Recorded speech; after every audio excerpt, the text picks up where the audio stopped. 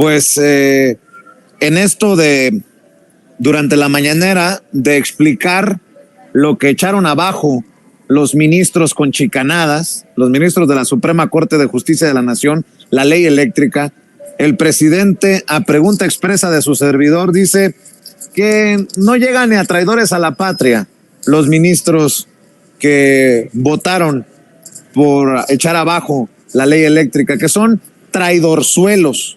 Y para hablar precisamente de este y otros temas, pues hablar claro y dejar la víbora chillando, tenemos que hacerlo con el maestro Ricardo Sevilla, periodista de larga trayectoria, conductor de su espacio en YouTube Los Datos Duros, columnista, escritor y orgullosamente miembro de esta familia sin censura.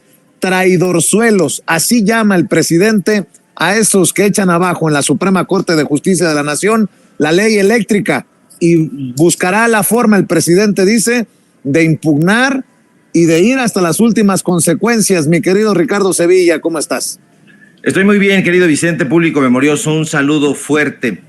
Fíjate que la Suprema Corte de Justicia sigue haciendo de las suyas, sus ministros siguen asestando golpes durísimos al corazón del pueblo de México, y bueno, una de las acciones más importantes de este gobierno ha sido proteger precisamente la industria eléctrica. Podemos estar a favor o en contra históricamente de Manuel Bartlett, pero indudablemente ha hecho, desde mi punto de vista, y aquí puedo ser impopular, más impopular, un buen trabajo al frente de la Comisión Federal de Electricidad. Y bueno, en una carta que lee el presidente López Obrador durante el desarrollo de su conferencia presidencial mañanera, pues exhibe la postura, la sevicia de ministros de la Suprema Corte de Justicia adscritos a la segunda sala, presidida, por cierto, por Pérez Dayán. Y bueno, pues la reforma a la ley de la industria eléctrica, la gente lo debe saber, está diseñada para limitar a los inversionistas privados en el sector y es declarada inconstitucional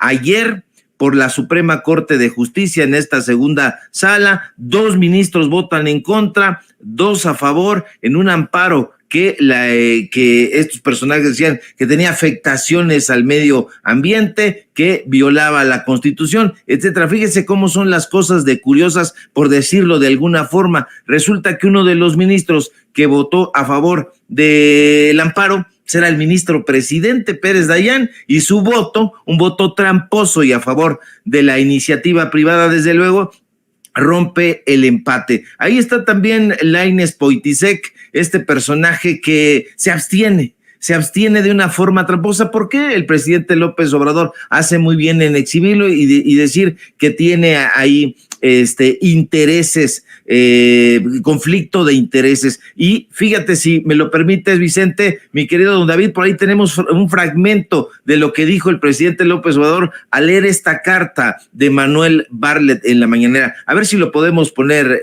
mi querido don David. Esa es la opinión del director de la Comisión Federal. Informo a usted que el pasado miércoles 31 de enero a las 14 horas tuvo verificativo sesión ordinaria de la Suprema Corte de Justicia de la Nación que preside el ministro Pérez Dayán. El ministro Lainez, integrante de la segunda sala, se excusó para conocer y votar en el proyecto propuesto por el ministro Pérez Dayán. ¿Por qué se excusó?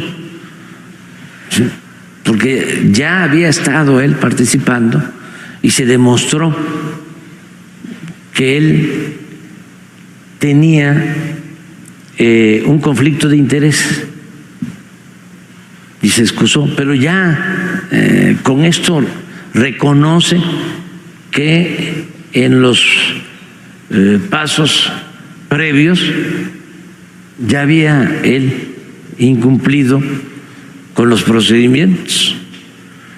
Una vez que tocó a los ministros y ministras votar por el proyecto que concedía el amparo a las empresas privadas contra la ley de la industria eléctrica, Las ministras Yasmín Esquivel Moza y Lenia Batres Guadarrama votaron en contra de la propuesta del ministro Pérez Dayán. Por su parte, el ministro Luis María Aguilar y el presidente Pérez Dayán votaron en favor de la concesión del amparo a las empresas privadas.